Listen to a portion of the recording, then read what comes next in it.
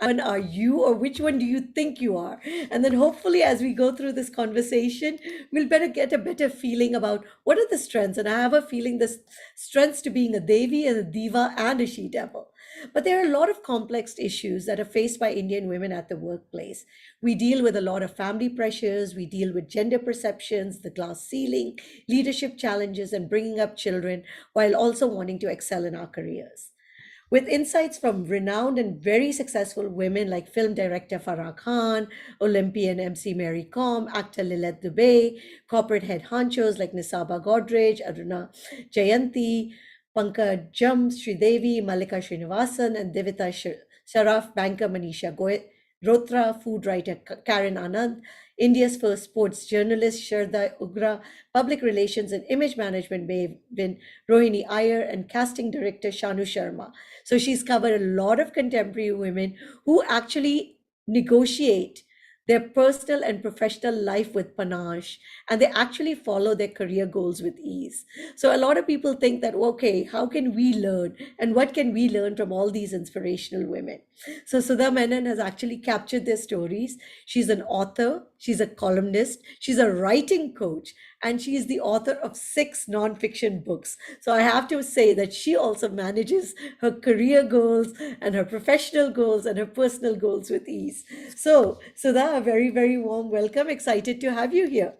Thank you so much, Sukriti. It's lovely to be here. I know we've, scheduled it once, a couple of times before this, and it didn't happen for various reasons. Like I said, we are always doing this tightrope walk, and so you have to let go some things, you have to hold on to some things. Sometimes you manage in whatever way you can. So here I am, and I'm really looking forward to chatting with you and everybody who's tuned into this.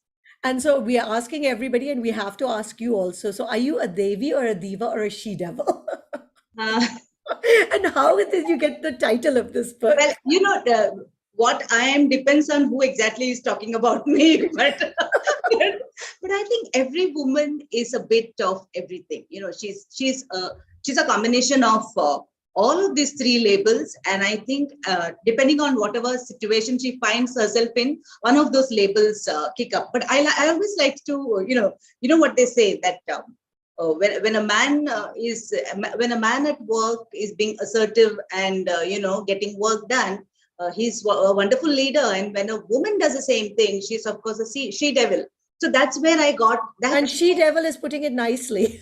Yes, yes, it's a very kind term.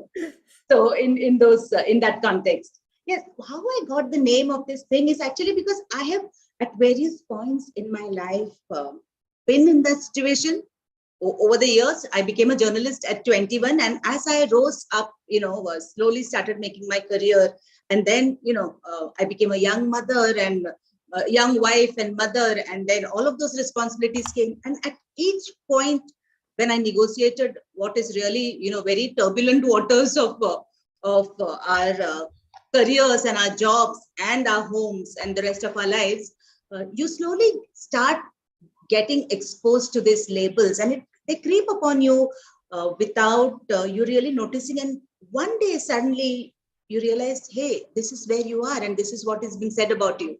It's like, I remember this thing about maybe when I was 25 or 26, I had a toddler by then, little girl.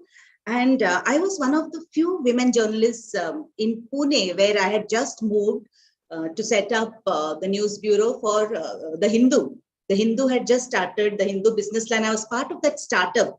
And, that startup newspaper, it's a very, very ambitious venture. And the Hindu wanted me to come here to Pune to set up that, to establish that brand and grow the brand. And I'm talking about 1994. And Pune had lots of journalists. It had the best, all of the publications, national level publications were here.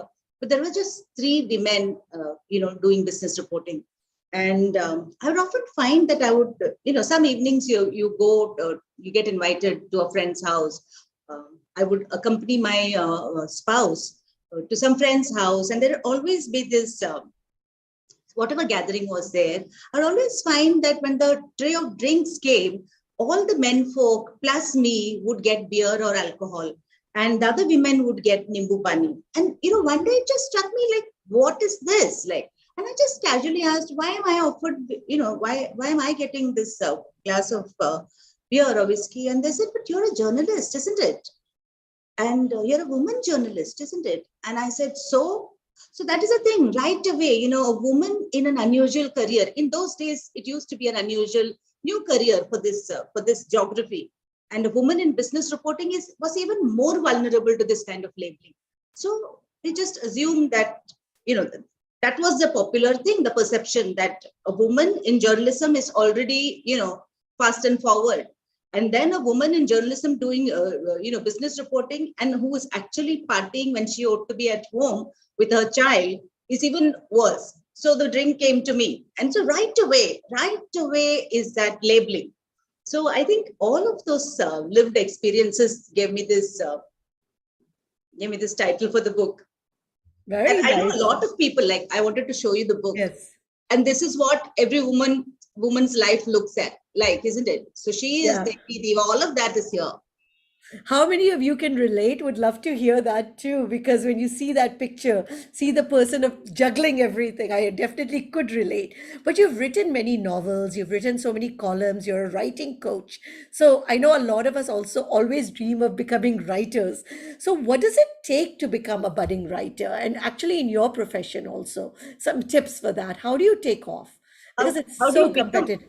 I personally became a writer because I was a huge reader of books. Like I was that little girl who grew up in a small suburban Mumbai town, and I was a very, very shy girl. And so every time I felt friendless or lonely or neglected, I would pick up a book. My father filled up our house with books, and so I was reading a lot. And the more I read, the more I started loving this written word and the magical worlds into which I could sort of disappear. When I just pick up a book, read, and suddenly you're not that lonely girl sitting alone at home. You're suddenly that person in that book, in that story. And slowly I started dreaming of, one day having a book with my name on it. And it was such an audacious dream for somebody who was as friendless and shy as I was, that I never told anybody about it. But by the time I reached college, I knew that this is what I wanted to do. I wanted to write. And so I started with journalism. After my graduation in political science major, I did my degree in mass communications. And then I discovered myself, I discovered myself with journalism and with my writing. And my first and the most important tip for anybody who wants to be a writer is that you have to read a lot. You have to read a variety of writers, variety of genres, all kinds of writing. And I truly believe that no written word is ever going to go wasted. You have to read whatever you read with mindfulness. And the more good quality writing you read, the better a writer you'll become. And number two, be interested. Be interested in things, be interested in people, travel a lot, fill your life with experiences, because all of those things are going to shape the writer that you become. First, all of your life's experiences will shape you, and that you will shape what writing you do. So your life's experiences is what is going to color your writing. So it's really important. If you're just going to sit on the sofa all day and do nothing, you're never going to become an interesting writer. You have to do new things, learn new things continuously, be interested in people. Now, today we're going to talk about your book, Devi, Diva, or SheDevil, which is a smart career women's survival guide. It's a Yes. treasure trove of survival tips for career women, straight from the mouths of some of India's smartest women. So it has insights from successful women in various fields, and it could be, as you say, every woman's best friend. It's the little black book of secret mantras to take on every challenge to lead a fulfilled and happy life. So today we are really excited to learn these career secrets. And before I turn it over to you, I would also love to learn who are some of the women that inspire you? Every woman inspires me, because every woman, and I'm not saying this because I'm expected to say this, but really and truly, every woman inspires me, because how our lives are. No matter you sit in the chairman's or chairperson's office, corner office, or you are the maid who comes to work every day. We all have a story, a narrative that is so full of challenges, so many balls thrown at us. We have to, we have to keep all of that up in the air and still look unflappable and in control of our lives. And we do so much with our time, isn't it? And, while it sounds very exciting and while it sounds very encouraging and very, very glamorous to say that we are multitaskers, being a multitasker is not very easy on us, isn't it? It takes a huge toll on us. And I sometimes think that, I actually want to tell people that being a multitasker is not the best thing that you don't have to be proud of it. You have to say that this is a hard thing, admit it, and then let go of a few of those things. You don't have to prove yourself to anybody but yourself.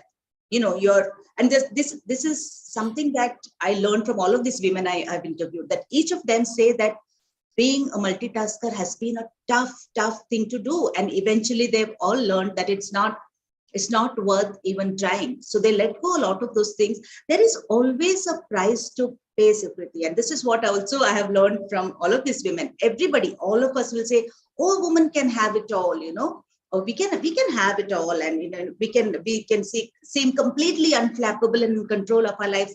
The truth is that we can have it all. Yes, absolutely. I think I sort of have it all, but I can also say that I have given up on a lot of things to have this all, So now after at the age of 55 plus, I can say that a woman can have it all, but it comes with a little price, and it comes, you can have it all at different points in your life. You can't have it all at the same time. That is an illusion, that is a delusion. And we are setting ourselves up to be really, climbing the steepest mountain when we say we can have it all. So Neeta is saying, beautifully put together, Sudha. I'm loving it to hear this from you. Very simple and true. I would love to hear Thank from all you. of you, because this question always come up, and especially we see these quotes, have it all, have it all, have it all. It's become this mantra. How many of you believe that? And I'm going to turn it over to Sudha to get her 7 tips, but I want to hear from all of you, because we've been put this message into our head that we should also want it all. Oh, absolutely. We should want it all, but we should come, we should want it all with the fine print that we don't want all of it together, because that is a huge myth.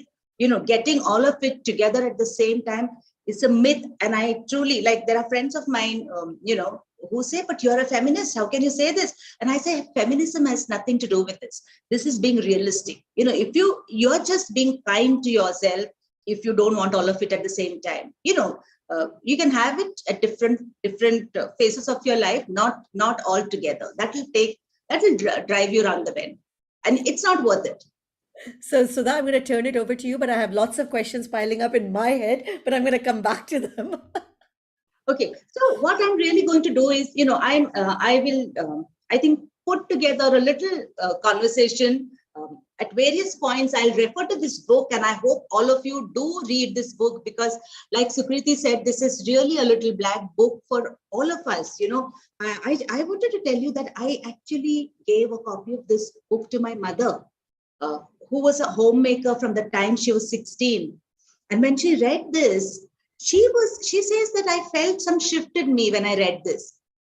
She said something the best changed. Compliment, right? The best compliment. When your mother says, somebody's saying that, I think there's a lot of pressure being superwoman. Oh, I absolutely, Akanksha, I absolutely agree that there is these are the various things that we women are, I don't know whether it is we women who ourselves give in ourselves this tag of superwoman or multitasking woman or superhero, supermom.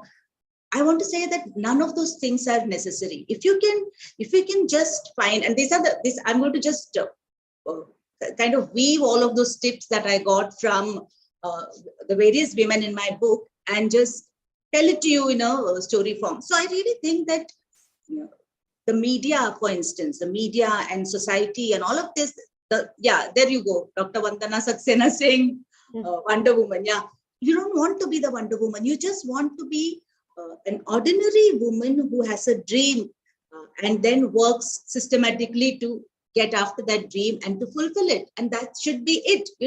If all of us So I want to talk to you about Nisaba Godrej, for instance. When I went to interview her, she already had her first son, and the son was at home, and she met me at the Godrej office in Vikhroli. And, I had a very, very, very interesting conversation with her, very practical, no hyping up of her mother role or her, her big role at Vikhroli, at Godrej. She just said that for every woman, I think what is important is to find something to do that you're passionate about.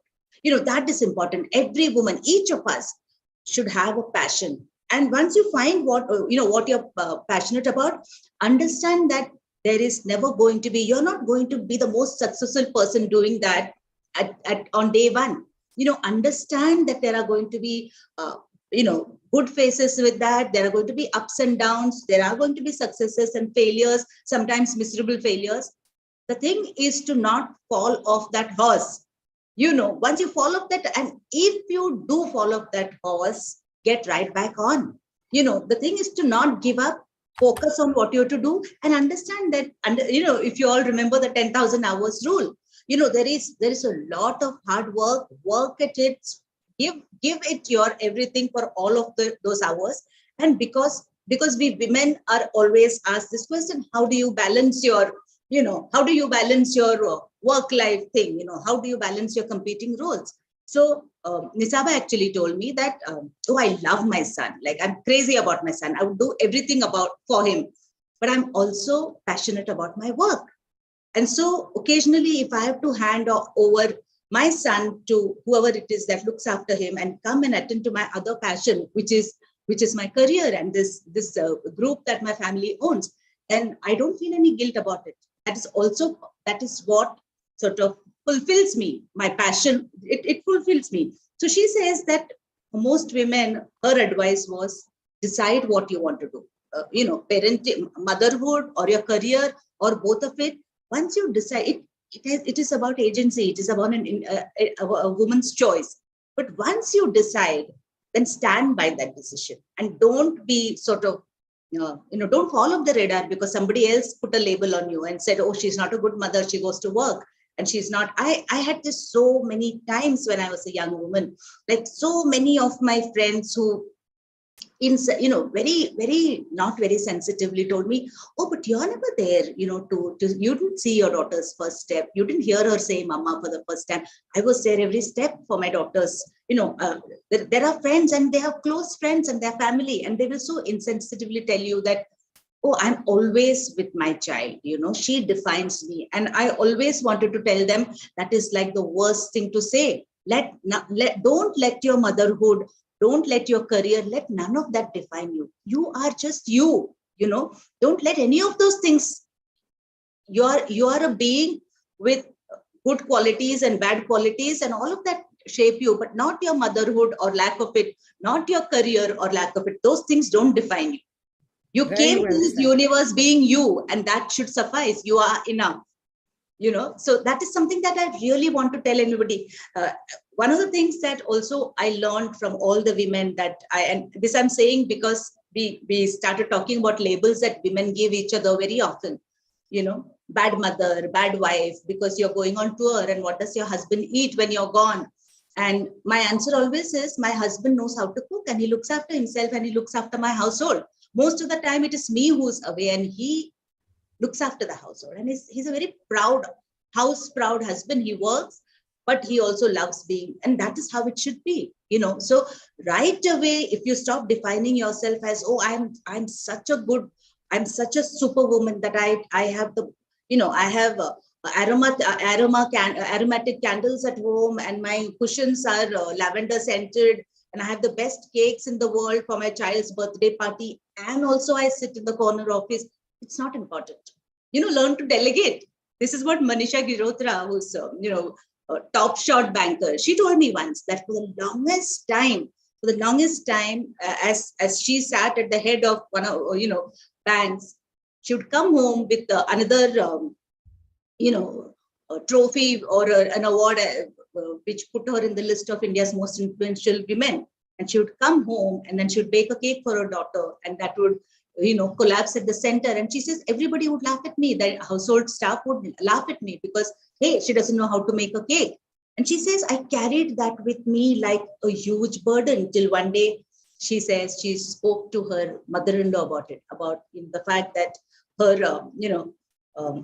her parties for her daughter, or when her daughter's daughter's friends' parents came home, she said she at best could manage potato wafers and tea, while they would serve up very exotic stuff when she visited.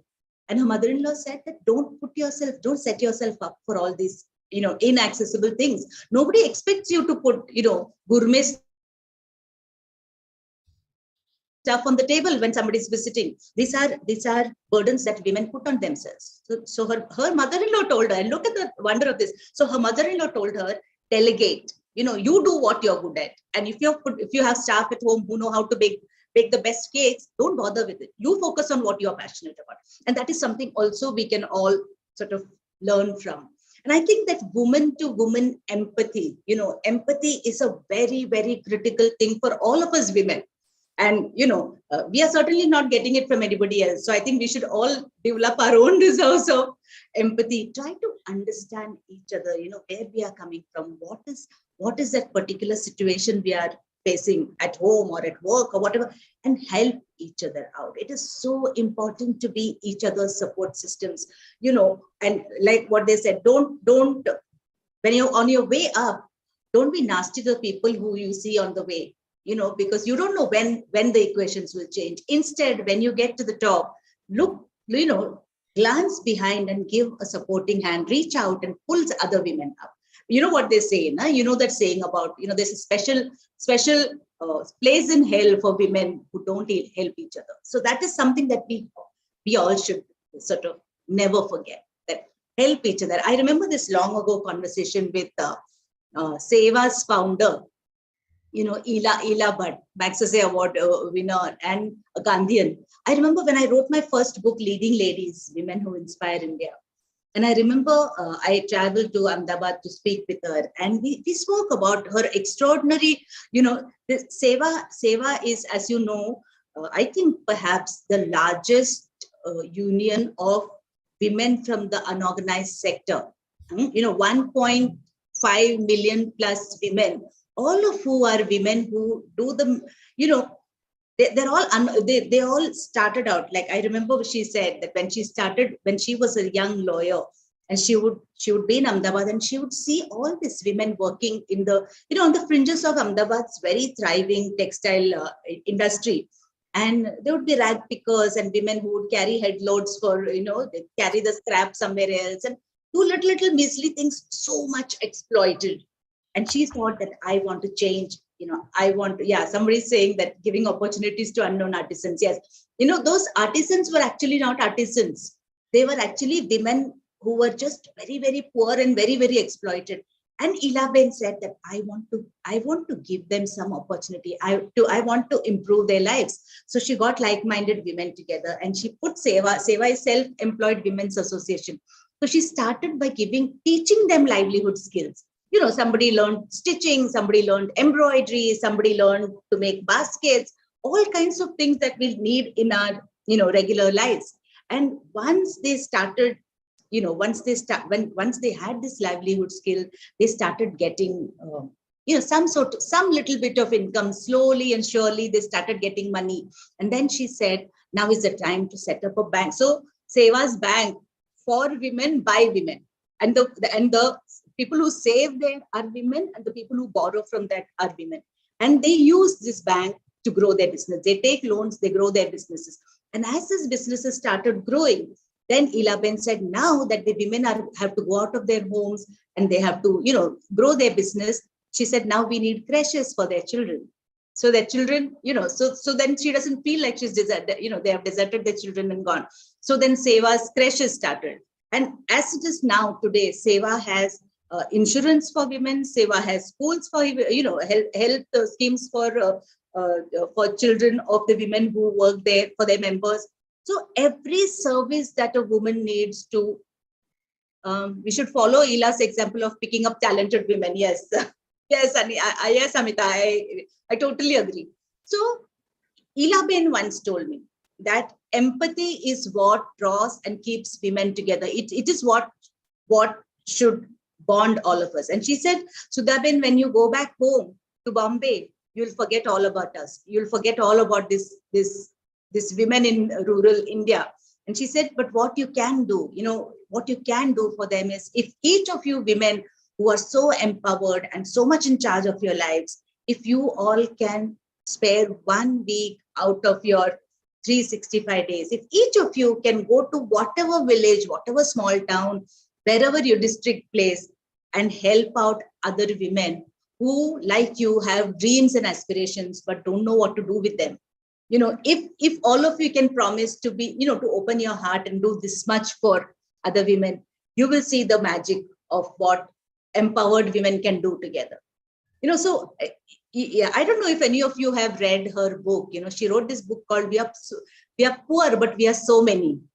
So together we can do so much. And the magic of Ilaben's Seva is that it is such a sustainable model. It has been such a huge success that this Seva is now replicated in several countries all over the world, where women are drawn together by this sort of a cooperative. So empathy is something I think we women should all make a virtue and make a value that we all hold very, very close. It is very important. There are so many other things. Such a beautiful story. I think it inspires so many of us, just hearing that. And especially this word empathy, we hear it a lot, but how to put it into use is really how we struggle. Yeah, absolutely. So, like I said, I think empathy comes if you just open your heart, and if empathy, kindness, compassion, these are all a family of things. It is hard, because it is hard in the sense that given the sort of fast-paced life that we are all, the rat race, even though we are not rats, but we are all in the rat race. So if we stop being rats and if we sort of say, I'm going to stand, pause, and look at what I'm doing with my life. Is this the only thing I want to do with my life? This rat race, this endless being on the treadmill, is that why I came into this universe for? Instead, even if you take like a 10-minute thing at home every day and just close your eyes and be a little mindful, I think this is a life skill that we all need, just mindfulness, being in the present. And it'll open up so many different doors for you, not the door for another big promotion. That is important, but that is not all. Like sometimes I sit here and then I look at my maid, and this is as cliched as it can get, but it is also like you said, Sukriti, where do we start? So you can start right at home. Then you show some empathy and some compassion and some understanding for that woman who works in your house from 7 a.m. till 6:30 p.m. and allows you, she's the one who liberates you and empowers you and allows you to follow all your dreams, while all her dreams are in a corner somewhere, in some corner of her heart, because she doesn't have the same privilege that you do. But a small little help from us, a small little understanding, if we just open our hearts and say, okay, this is what I can do to sort of bring a little relief to her tough life, that is where empathy begins. So that is actually all the inspiration we need. Mm-hmm. No, very nicely said. And like Amita is saying, we forget such women out there, especially in rural areas. Absolutely. So, it is not a great deal to ask for when they say 1 week so 7 days out of 365 days. I have not been able to do a lot of it, but I do a lot with the women who are in my life, like my support staff, the women in the place that I live. There are so many of them, women who come here. And so I work with them, I work with their children, and I help better their lives. And it doesn't all have to be like, a lot of it today has become, unfortunately, about optics. You want to do it so that there is, you're seen as doing it. We don't really have to have that pressure. You just do it because you want to do it. And then it becomes way easier.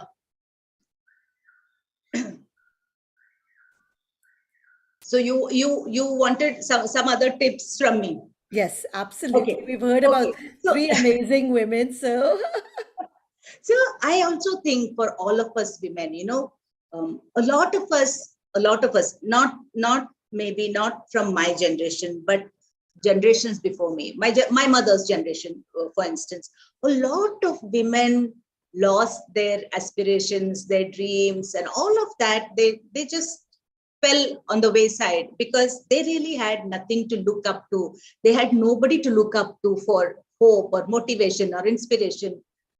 And so their lives sort of just their dreams fell on the wayside, and they are there, but they are India's unsung many. But the women who were resilient. So I think for women, being resilient is very, very important. I think a lot of us are conditioned to say, okay, now this has happened. Now I'm married. Now I have a child. My husband's job is transferable. I have to support him. And so we give up on our dreams.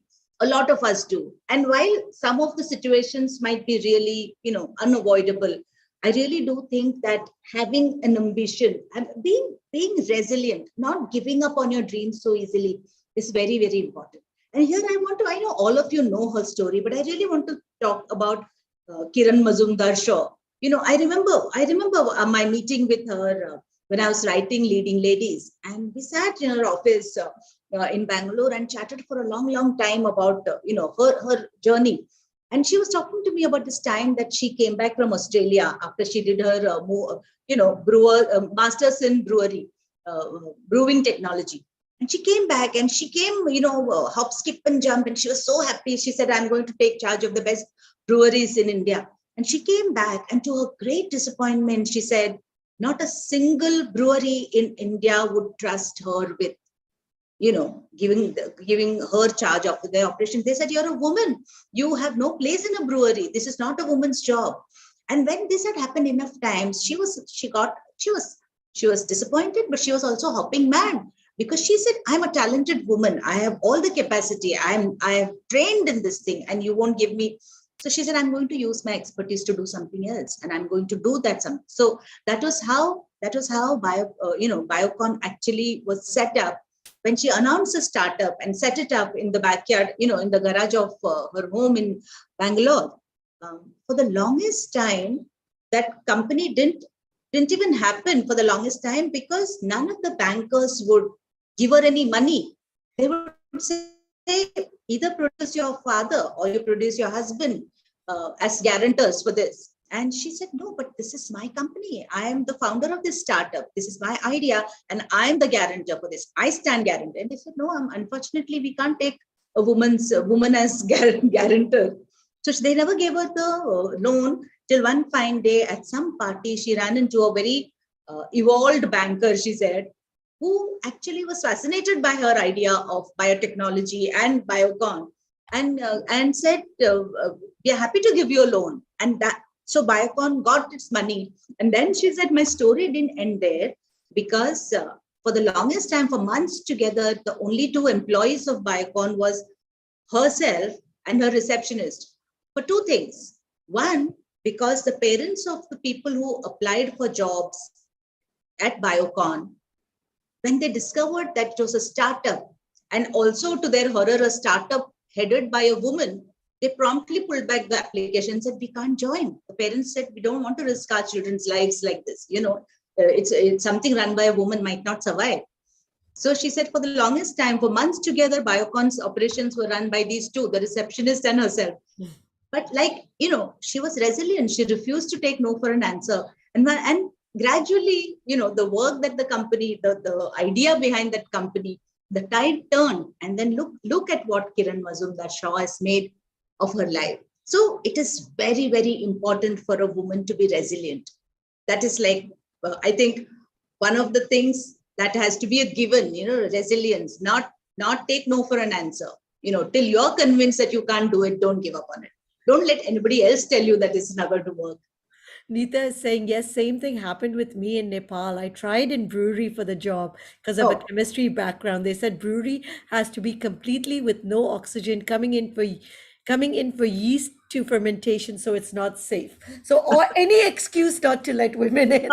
Yeah. to not give her a role, and this is more a thing of mindset and refusing to change the glasses through which you're looking at the world. So if if the world doesn't change the glasses that they are looking at you with, then you have to change the glass that you are looking at yourself with. That is pretty much it. Like you set the conditions, you set the terms of your life and live life on those terms and nobody else's. This is really important. And it might seem at various points you might be accused of being selfish or insensitive or aggressive. Never mind.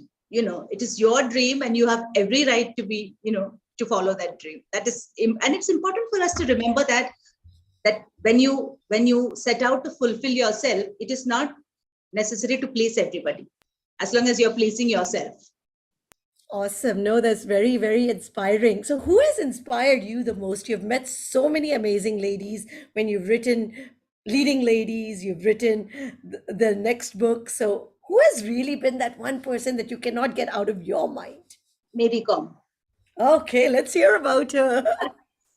Mary Kom, Ila Bhatt. If Ila Bhatt, of course, now I spoke to you about, but when I remember my conversations with Mary Kom when I was writing Devi, Diva or SheDevil, and I think, when she walks into the room, where you're supposed to meet her, the first impression is she's like all of us, but she's tiny, she's petted, you would, if you were not looking out for her, you would almost miss her.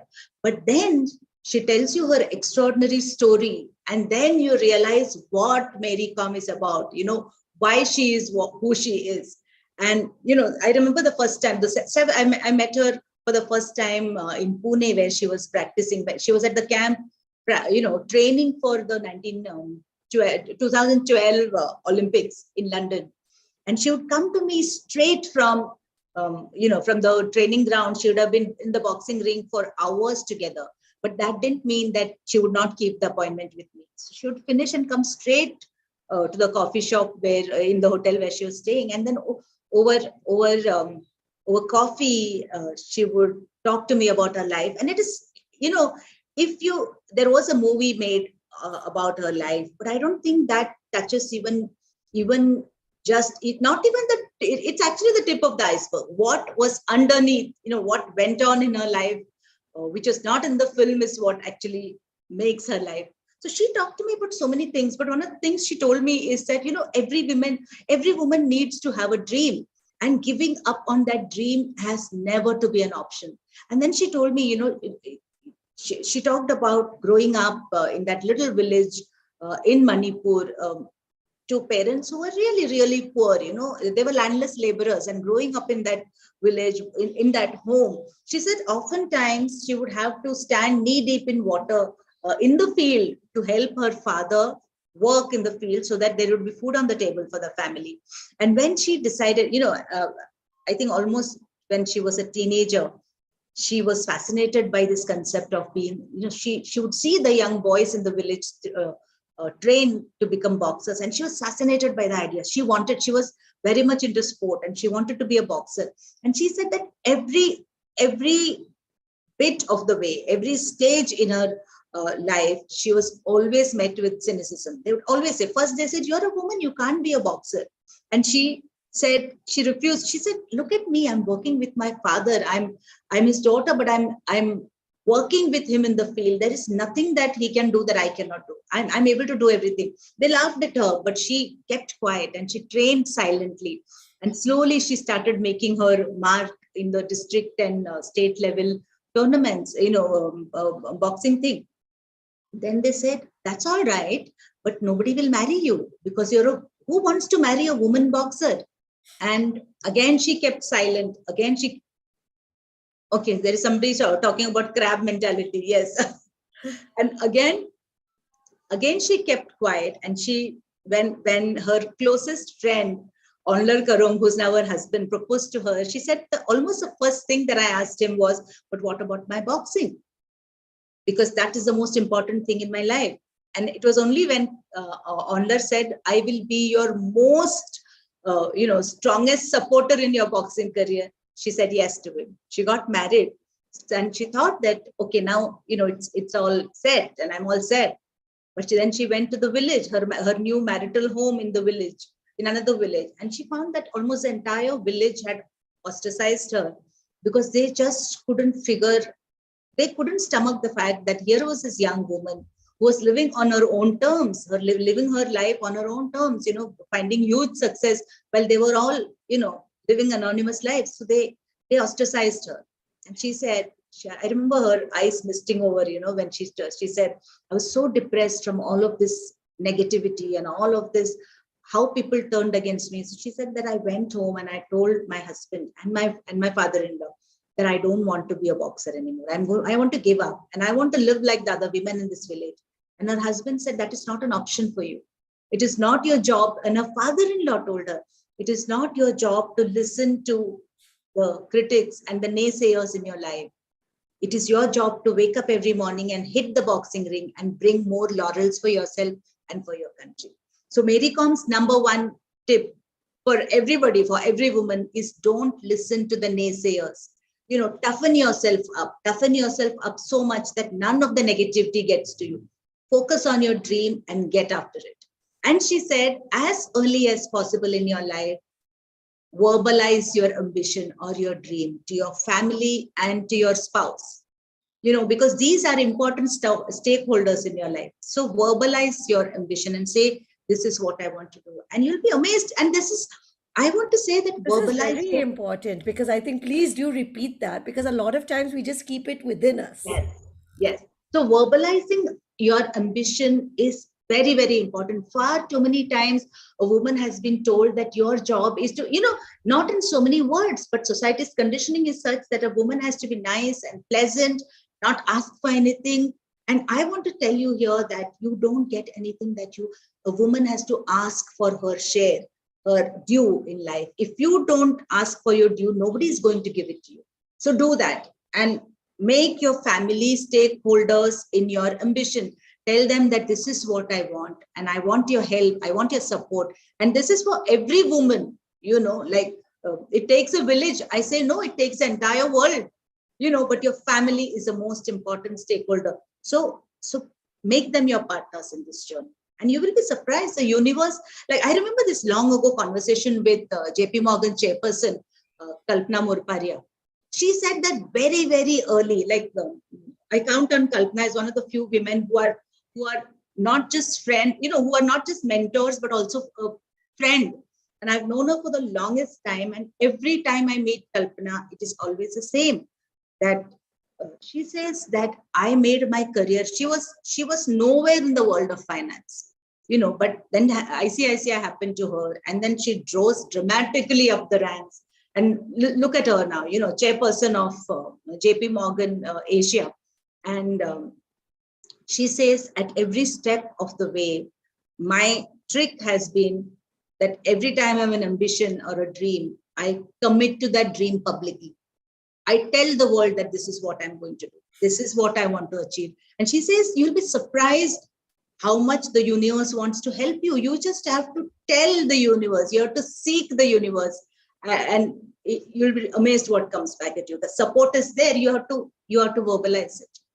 And this is also one of the things that I don't know how many of you believe in, affirmations, positive affirmations and manifestations. But Farah Khan, the director, once told me that I believe a lot, there is, of course, a lot of hard work in everything that we do. That is a given. There are no free rides. There are no easy jobs. There's nothing, But you also have to manifest. You have to manifest what you want happening in your life. If you wake up in the morning and tell yourself, I'm no good, I'm not qualified, I'm not good looking, all of those things will happen to you. Instead, if you say, this is what I see happening in my life, and this is what will happen in my life, and all of those affirmations are going to make a difference. You have to think positive. You have to, and this is something I really believe in, that I told you how I told you what an average person I was. And I'm not saying I'm some big dog now, but I'm saying that whatever I have achieved has always been by telling myself that this is what I want to do. And this is what I will do. 3 years from now, I will do this. And works load. So I want to tell women that success doesn't, I want to tell everybody, not just women, that success just doesn't come, just by accident. Success comes by first knowing what you want in life, identifying that one thing that fires your imagination and your passion, identify that, and then do everything, make a roadmap, and slowly but surely, one step at a time, go there. And it is not going to happen if you sit on the fence and want to live life safely without taking any risk. Success comes to people who step off the diving board. Success comes to those who venture out of the ordinary, step off that road, seek the road less traveled. And it is another cliche, but it works every single time. If you stop following the herd, you will stand out. And when you stand out, you will have the time to think of what else you can do with your life. It is when you step off the diving board that you plunge right inside, and then you find what are the talents, what are the skills, what are your strengths, all of those things you find when you step off the diving board. So it is really. Yeah, I'm going to take a couple of the questions and the comments that are coming. So, Colonel Hari Prasad asked, ladies have this crab's mentality as a strong trait. Once ladies change their views on their peer, situation will automatically change. Please give your views. And then Monica Ahuja is saying, women are born with inbuilt pains. It could be period pains, it could be childbirth. Women are actually conditioned like this. Despite being educated, sometimes she has to give up on her dreams. I'm saying, but anyone else but me only. And sometimes being so ambitious becomes the biggest issue. You can't let it go. So any tips if somebody wants to but could not as per family circumstances? I didn't get that. So you want to do something, but your family circumstances do not allow you to do this.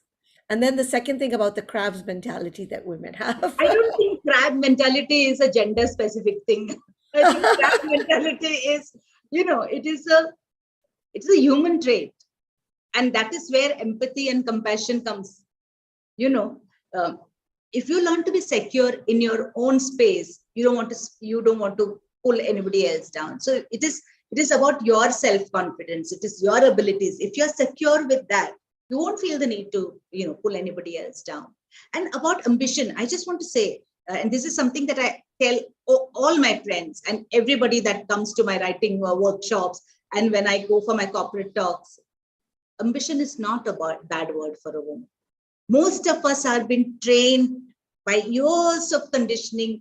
We have somehow internalized the fact that an ambitious woman is a she-devil. She's not. Ambition is everybody's birthright. And it might not, to whoever, to the lady who asked me if family circumstances don't allow me. I'm saying if right now it doesn't allow you to step out of your house and do something, don't let that be the biggest hurdle in your. We live in we are just now, this pandemic has meant that all the established normal has gone. We live in a world where we can move everything by just sitting on your sofa with a laptop and internet. So if your number one choice cannot happen just now, have plan B, plan C, and you have to have backups. If that one thing doesn't happen, seek something else, but don't let it defeat you, and don't let go of your original dream. You can work on it slowly, let it be in the back burner, do the things that will keep you updated. This is something that is really important also, that a lot of women, and a lot of men and women, but women especially, make the mistake of saying that I finished my degree, I finished whatever it is that in terms of education, and I'm all set. But no, I want to say that's a big mistake. I want to say that we live in such a fast-paced world. There is so much changes in technology and the way business is being conducted and the way the world is operating, that we need to be investing in ourselves, continuously reskill yourself. Don't start scrambling to skill yourself when you've lost your job. Let learning be an eternal part of your life. Periodically, consistently, frequently upskill yourself so that you're relevant and you're employable. These are important things. We all have made the mistake at some point. But I started doing all of these things in my 40s. I started learning new things. I started having an ambition, I think, when I was in my early 40s. I wrote my first book when I was, I think, 43. So, it is never too late. So if at this point you're not able to do something, doesn't mean that you're never going to be able to do something. And like I said, we live in the new normal allows you to be at home and pursue a variety of things and negotiate. This is really important. Negotiate with your family, negotiate with the other stakeholders in your life to say, if I'm not able to go out and do this, I will need so many hours in a day for doing this at home. Or these are the few things I'll need from you if I have to give up on this one. Negotiation and assertive behavior. You don't have to be unpleasant about it. Learn negotiating skills. Learn how to get what is your due without being unpleasant. And that is half the battle won. And there also have to be no tears, because a lot of times I've heard male bosses say, oh, she cries and gets her way. And that is not required. You don't have to cry. When what you're saying is based on fact, you don't have to cry. So train yourself to be tough, and get the job done. I think that's really the recipe. Well, thank you, Sudha. That was awesome. I would love to know if anybody would like to ask Sudha a question, so we can unmute you. So please do let us know. You can either put it in the chat or you can raise your hand, either way. But I'm going to ask you something, because now you raised that you were 43. And now you wrote a book, Feisty at 50. So tell us about that. Because it doesn't stop at 40. So I wrote Feisty at 50 when I was 50 plus. I actually wrote it when I was 52, but I wrote it because I realized as I headed towards the late part of my 40s, I realized that the way society is looking at me, the way society is dealing with me, the messages I'm getting from society is all totally, there is this thing that, oh, she's headed towards her expiry date. She's she's past her expiry date. Once you're 50, it's all downhill. And I got hopping mad. It's always like, oh, why are you so ambitious? Now you're 50, abhi bacche bade ho gaye. Your daughter is grown up. Now you should slow down. Why do you color your hair? And I actually once went to, and this is silly, but it is important to know how ageism has crept into our lives. I once went to a mall and at a cosmetic counter, I asked for a tube of red lipstick, and the twit there, all of maybe 18, looked at me and said, "Auntie, आपके age के lady है ना, आपके as के aunties brown पहनते हैं, मैं आपको ब्राउन दूंगी, ये रेड आपको नहीं सूट करेगा. हाँ, आपके एज के आंटीज ब्राउन ही पहनते. So that is the thing. That is where the problem lies. That after 50, or once a woman is in her 40s, she is best before date is over. Now it is her turn to wear brown and disappear into the corner or under the woodwork, and just be there and do nothing. And I'm saying my life has started now. I started my acting and modeling career at 53. And I have done today at 53. And my mother can't believe it. My mother is 74 and she is my biggest cheerleader. Like today, she says, I wish I had your spunk.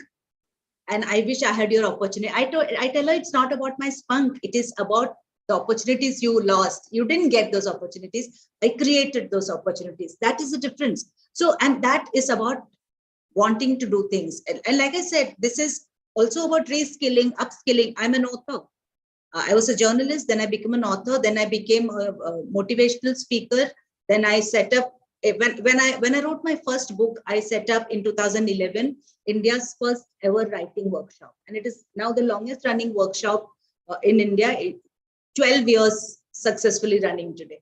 So it's about continuously updating and reinventing yourself. I really do believe that all of us should reinvent.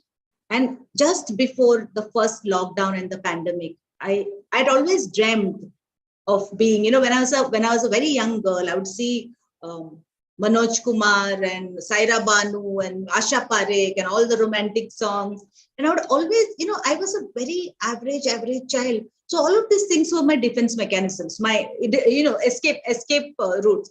So I would look at the silver screen and say, I want to become an actor one day. But like I said, it was too audacious for me to even dream. But I made it happen. At 53, I did my first ad for Facebook and that was as big as a big brand as.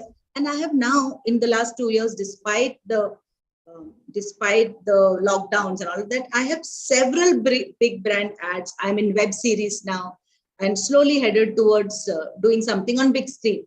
It is because I believe that my dream is legit and I'm going to do it. And I want to tell all of you ladies that every dream is important. No dream is too big or too small to not chase. Very nice. Urmila is saying, I'm 55 and advised to retire and chill in life. And Yes, there you go. Mudit is saying, women are emotionally stronger than men, and yet they get disturbed by society not supporting them. They should be teaching men in society. And if anybody would like to ask Sudha a question, please do let me know. Raise your hand or let me know. Like I know Krishna Iyer, I would love to unmute you so that you ask it directly. So Krishna Iyer is asking interesting excerpts from your other books where parents have written to their children. There is a book I wrote called Legacy. So that's what that's the reference here. So yes, when my daughter was turning 21, I wanted to write her a letter, in which I wanted to tell her about the things I had learned along the way, and the things that I wanted her to learn, the things, the value systems, the behaviors, the best practices that I had learned from all my lived experiences. I wanted to tell her about all of that. But then I said, how it is with your children, when a parent says that it is treated as a lecture and nobody wants to listen. So I said, let me make this a universal thing. Let me speak to the people I admire and then let them all. So I went and interviewed 30 of the people that I really admire. And this includes Mr. Narayana Murthy, Prakash Padukone, so many interesting people who we all look up to. And I talked to them, and based on the interviews with them, I wrote letters to their daughters. And I don't know how many of you are Bollywood fans, but a few years ago, I think in 2016, Deepika Padukone won the Filmfare Award for Best Actor. And she read out that letter that I had written. I had interviewed her father, Prakash Padukone, and then based on my interview with him, I had written a letter in which he speaks about his own journey and how little, like he had said that once you have a dream, let money not be the goal. Let not the glamour of it be the goal. Let just that dream be your guiding spirit. And then hardships will be there. But if you keep that goal, if you keep that dream at the center of your vision and universe, then it is not hard at all. And how, in that letter, he had spoken about how Deepika is actually in a field which is so transient, and today she is the biggest star, but tomorrow there is somebody other. So the cameras facing her, the arc lights will disappear, and then she's going to go back to the ordinary life that the rest of us live. And how he had told her, so never forget where she came from. Never forget to be grounded. Never forget to be humble. He said that, for the world, you are a superstar. But when you come back home, you still make the bed in your house when you wake up in the morning. You still help your mother with, putting away, washing the dishes. And he said to me that we insist that she does it. We have told her to do all of this so that she doesn't lose touch with reality. And I remember another conversation with Zia Modi, India's foremost, legal. And she said, for every woman, it is important. For every daughter, it is important to have a dream, something that she's passionate about, and financial independence. It is very, very important for a woman to have her own money.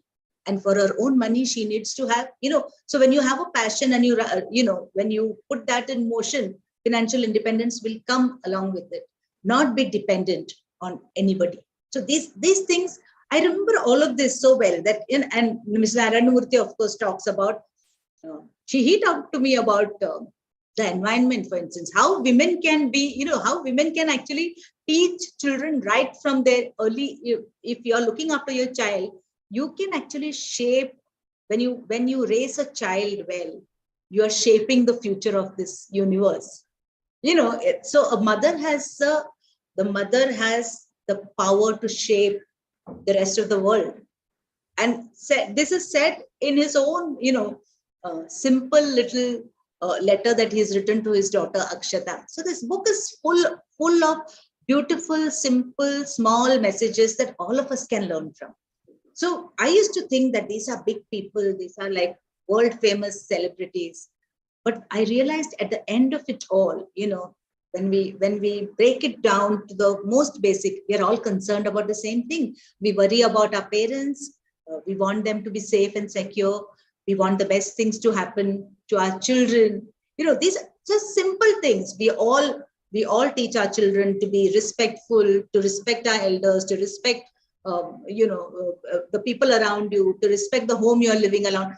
Be grateful for the small blessings that we have in our life. Learn to say thank you. Learn to respect other people's time. Respect your own time. These are simple but universal things. No, but thank you, Sudha. That was absolutely enlightening. You've met with so many delightful people. I mean, it's so fascinating, so it's amazing. We'd just love to hear your closing thoughts because, I mean, it was like I could hear these stories for hours more. So my closing thought is just one, and this is applicable to all of us. Like, you alone are the architect of your happiness. You alone are the architect of your life. And don't ever give that power. Don't hand over that power to anybody, because it is really the most important thing, that you can shape your life. If you give that power to somebody else, then you're vulnerable too. You're making yourself very, very vulnerable. So be confident in your own abilities and create your own life for yourself. And don't give up on a dream. Thank you, Sudha. Thank you so much. We can't wait. Like Vidit is saying, and I think he's summarized it really well. Very inspiring, but it would be much more inspiring if you intersperse that examples with ordinary women also leading extraordinary lives. We live in a Facebook world full of manufactured story. Dr. Vandana says, thank you so much, Sudha. Very interesting journey. Amita says, never give up. Yes. Thank you so much, all of you. Thank you for listening. And Jaya says, super Sudha, you inspire me. Sia says, and I can't Thank wait you to so see much all the to ads all of and you. films and all the OTTs. Thank you Thank very much for being here today and participating in this and cheering me on and being very good listeners. I think that is really important. Thank Thank you, you very, guys. very much. Have Thank a good you. evening, all of you. Thank you. Good night, And everyone. I have a new book out, and please go pick it up because it's called Recipes for Life. Recipes for Life. And while it sounds like a recipe book, which also it is a food memoir where I've spoken to some really inspirational people, and they have spoken to me about what they learned from their mothers, and what they learned from their mothers around the food that she cooked for them. So while being with their mothers, what is it that they learned?